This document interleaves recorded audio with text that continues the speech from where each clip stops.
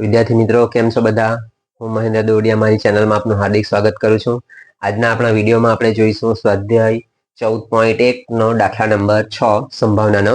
એમાં આપેલું છે કે એક થેલામાં લીંબુના સ્વાદની મીઠાઈઓ છે. માલીની થેલામાં જોયા વગર એક મીઠાઈ બહાર કાઢે છે તો મીઠાઈ નારંગીના સ્વાદની હોય અને લીંબુના સ્વાદની મીઠાઈ હોય તેની સંભાવના કેટલી? બરાબર. આપણે થેલામાં લીંબુના સ્વાદની મીઠાઈઓ મૂકેલી છે તો આપણે જ્યારે બહાર કાઢીએ ત્યારે લીંબુના સ્વાદની મીઠાઈઓ બહાર નીકળે મિત્રો. બરાબર છે કે થેલામાં લીંબુના સ્વાદની મીઠાઈ મૂકેલી હોય તો જ્યારે આપણે બહાર કાઢીએ ત્યારે લીંબુના સ્વાદની મીઠાઈ નીકળે, તેમાં ઓરેન્જના સ્વાદની મીઠાઈ બહાર નીકળશે નહીં. બરાબર. એની સંખ્યા કોઈ નથી આપેલી એટલે આપણે દાખલાની બધી પદ્ધતિ મેથડ જે છે તે બધી એક જ સરખી આવશે. 2-3 દાખલા જો એટલે તમને ખ્યાલ આવી જ જશે. બરાબર.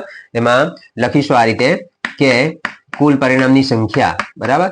તો અહીંયા લખીશું કુલ પરિણામની સંખ્યા. હવે અહીંયા રકમ કઈ નથી આપેલી એટલે આપણે એના બરાબર ધારી લઈશું કે કુલ પરિણામની સંખ્યા બરાબર n ધારીશું. બરાબર. ત્યાર પછી પાછું નીચે લખીશું કે nu બરાબર આવશે n. બરાબર. એટલે કે કુલ પરિણામની સંખ્યા બરાબર પણ n લખીએ. બરાબર. ત્યાર પછી જોઈએ તો પહેલી સંભાવના એટલે કે પહેલી ઘટના આપેલી છે તેને લખીએ આ રીતે કે એક નંબર આપીને ઘટના a એમાં શું આપેલ છે? પહેલી સંભાવના તો મીઠાઈ નારંગીના સ્વાદની હોય. મીઠાઈ એક નંબર આપીને મીઠાઈ નારંગીના સ્વાદની હોય. બરાબર. મીઠાઈ નારંગીના સ્વાદની હોય. હવે આપણે અંદર તો લીંબુના સ્વાદની મીઠાઈ મૂકેલી છે તો નારંગીના સ્વાદની મીઠાઈ અંદર હોવાની નથી. નહીં હોય તો પછી એની સંખ્યા કેટલી થવાની? 0. બરાબર. પાછું નીચે લખવાનું આપણે na બરાબર 0. બરાબર. ફરી પાછું લખીએ સંભાવના એટલે કે pa પ્રોબેબિલિટી a બરાબર શું થાય? તો અહીંયા આગળ લખીશું આપણે કે ઉદ્ભવેલ પરિણામની સંખ્યા. એના આ રીતે લખીએ આપણે કે ઉદ્ભવેલ પરિણામની સંખ્યા છેદમાં કુલ પરિણામની સંખ્યા. કુલ પરિણામની સંખ્યા એટલે કે લખીશું આપણે આ રીતે કે na ના છેદમાં nu.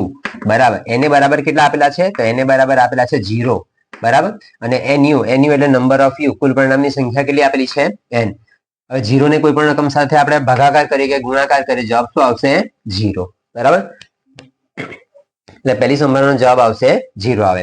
ત્યાર પછી 2 નંબર આપીને ઘટના b લખીએ તો મીઠાઈ કેવી હોય? લીંબુના સ્વાદની હોય. હવે આપણે થેલામાં લીંબુના સ્વાદની જ મીઠાઈ મૂકેલી છે. બરાબર. તો અહીંયા આગળ લખીએ ઘટના b 2 નંબર આપીને ઘટના b એમાં લખીશું તો મીઠાઈ લીંબુના સ્વાદની હોય. મીઠાઈ લીંબુના સ્વાદની હોય. લીંબુના સ્વાદની મીઠાઈ હોય. બરાબર. લીંબુના સ્વાદની મીઠાઈ બરાબર આપણે શું ધારેલું છે? તો n ધારેલો છે. બરાબર. પાછું નીચે લખી દઈએ આપણે nb બરાબર ફરીથી લખીએ n. ફરી આગળ લખીએ તો પેલું દરેક વખતે નહીં લખવાનું, ડાયરેક્ટ આપણે લખીશું pb બરાબર શું થશે? તો nb ના છેદમાં nu. તો nb ની કિંમત nb બરાબર આપેલા છે આપણને 1 અને nu બરાબર એટલે કે કુલ પરિણામની સંખ્યા પણ આપેલી છે કેટલી? આપણને n જ આપેલા છે. બરાબર. તો n ને n ઉડી જશે એટલે જવાબ શું આવશે આપણો? 1. બરાબર. એટલે કે આનો જવાબ આવશે 1 આવે. બરાબર. ત્યાર પછીનો નેક્સ્ટ દાખલો જોઈશું આપણે. તો વિદ્યાર્થી મિત્રો દાખલા નંબર 8 જોઈશું. તો એક થેલામાં 3 લાલ અને 5 કાળા દડા છે. થેલામાંથી એક દડો યાદચ્છિક રીતે કાઢવામાં આવે તો બહાર કાઢેલ દડો એક લાલ હોય અને લાલ ન હોય તેની સંભાવના શોધો અથવા તેની સંભાવના કેટલી? હવે આપણી પાસે કેટલા દડા છે? 3 લાલ છે અને 5 કાળા દડા છે. બરાબર. તો નીચે લખીશું કે કુલ પરિણામની સંખ્યા. બરાબર. કુલ પરિણામની સંખ્યા. કુલ પરિણામની સંખ્યા તો 3 લાલ અને 5 કાળા એટલે કુલ કેટલા દડા થશે? 8 દડા. ફરી પાછા નંબર ઓફ યુ કુલ પરિણામની સંખ્યા લખીશું આપણે 8.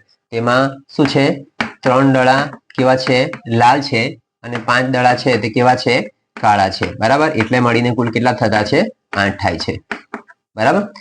આગળ એક નંબર આપીને ઘટના a જોઈએ. બરાબર. એક નંબર આપીને ઘટના a જોઈએ. ખૂબ જ સરળ છે કે દડો કેવો હોય? તો લાલ હોય. દડો લાલ હોય. હવે પેલામાં જો દડા લાલ દડા કેટલા આપેલા છે આપણને? 3. તો અહીંયા લખીશું 3. ત્યાર પછી લખીશું na બરાબર પણ 3. ફરી પાછું હવે ડાયરેક્ટ લખીશું આપણે કે pa બરાબર પ્રોબેબિલિટી a બરાબર શું લખીશું? તો na ના છેદમાં NU એટલે કે ઉદ્ભવેલ પરિણામની સંખ્યા છેદમાં કુલ પરિણામની સંખ્યા. તો એને બરાબર આપેલા છે 3 અને NU એટલે કુલ પરિણામની સંખ્યા આપેલી છે કેટલી 8 એટલે આવશે આપણો જવાબ કેટલો 3/8. બરાબર.